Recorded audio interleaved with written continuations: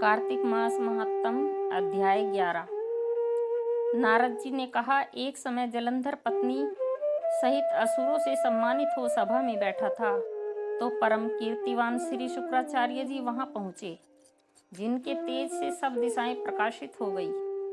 गुरु जी को आता देख असुरों सहित सागर पुत्र ने उठकर बड़े आदर से प्रणाम किया। तेजस्वी भृगु जी ने सबको आशीर्वाद दिया। फिर एक दिव्य आसन पर बैठकर सब दैत्य भी यथास्थान पर बैठ गए और सागर पुत्र ने नम्रता से यह प्रश्न किया कि हे गुरुजी, राहु का सिर किसने काटा था, आप हमें यह बतलाएं।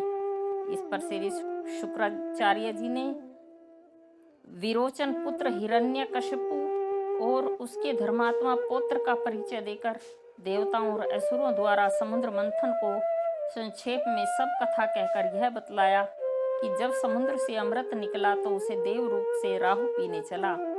इस पर इंद्र के पक्षपाती भगवान विष्णु ने राहु का सिर काट डाला। यह सुनने के साथ ही जलंधर के नेत्र लाल हो गए। उसने बड़ा क्रोध किया। फिर अपने धश्मर नामक दूत को बुलाकर गुरु का कहा हुआ सब वृत्तांत सुनाया और उसे यह आज्ञा दी, तुम शीघ्र ही इंद्रपुरी में जाकर इंद्र को मेरी शरण में लाओ। धसमर जलंधर का बड़ा निपुण दूत था। वह शीघ्र ही इंद्र की सुधर्मा नामक सभा में जा पहुंचा और जलंधर के शब्दों में कहा, हे देवता धम, तुमने समुद्र को क्यों मथा और मेरे पिता के सब रत्नों को क्यों ले लिया? ऐसा करके तुमने अच्छा नहीं किया। यदि तू अपना भला चाहता है तो उन सब रत्नों सहित देवताओं के साथ मेरी शरण में आ, अन्यथा हे सुराधम, मैं सत्य कहता हूँ कि तेरा राज ध्वंस हो जाएगा। इस पर इंद्र बहुत विस्मित हुआ और कहने लगा, पहले सागर ने मेरे भय से सब पर्वतों को अपनी कुक्षी में क्यों स्थान दिया और मेरे शत्रु दैत्यों की क्यों रक्षा की? इसी कारण मैंने उनके सब रत्न हरण किए हैं। मैं भी सत्य कहता हूँ कि मेरा द्रोही सुखी नहीं रह सकता।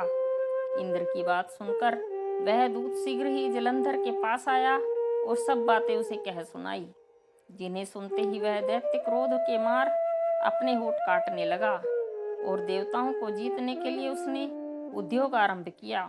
फिर तो सब दिशाओं तथा पाताल से करोड़ों दैत्य उसके पास पहुंच गए। शुंभ निशुंभ सेनापतियों को साथ लेकर जलंधर इंद्र से युद्ध करने लगा। शीघ्र ही इंद्र के नंदनवन में उसने अपनी विशाल सेना उतार दी। वीरों की शंख ध्वनि और घोर गर्जन से इंद्रपुरी गूंज उठी। अमरावती छोड़ देवता उनसे युद्ध करने चले।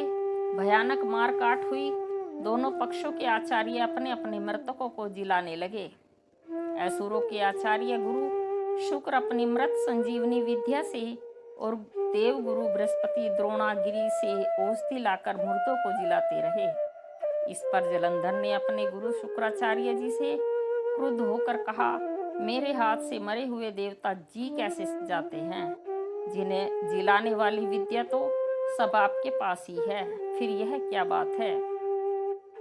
इस पर श्री शुक्राचार्य जी ने देवगुरु श्री बृहस्पति जी द्वारा द्रोणागिरी से औषधि लाकर देवताओं के जिलाने की बात कह दी। यह सुनकर जलंधर और भी क्रुद्ध हो गया। श्री शुक्राचार्य जी ने कहा, क्रुद्ध क्यों होते हो? यदि शक्ति हो तो द्रोणगिरी पर्वत को उखाड़कर समुद्र में फेंक दो, तब मेरे कथन की सत्यता प्रमाणित हो जाएगी। इस पर जलंधर क्रुद्ध होकर शीघ्र ही द्रोणागिरी पर्वत के पास जा पहुंचा और अपनी भुजाओं द्वारा उसे जड़ से उखाड़कर समुद्र में फेंक दिया। यह भगवान शंकर का तेज था। इसमें जलंधर की कोई विचित्रता नहीं थी।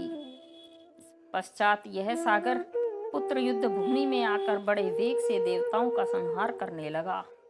जब बृहस्पति औषधि लेने के लिए द्रोणगिरी पर्वत पर पहुंचे तो द्रोणगिरी की जगह वहां पर उन्हें सोना मैदान मिला। तो वह भयभीत होकर देवताओं के पास आए और कहा कि युद्ध बंद कर दो, तुम लोग अब जलंधर को नहीं जीत सकोगे।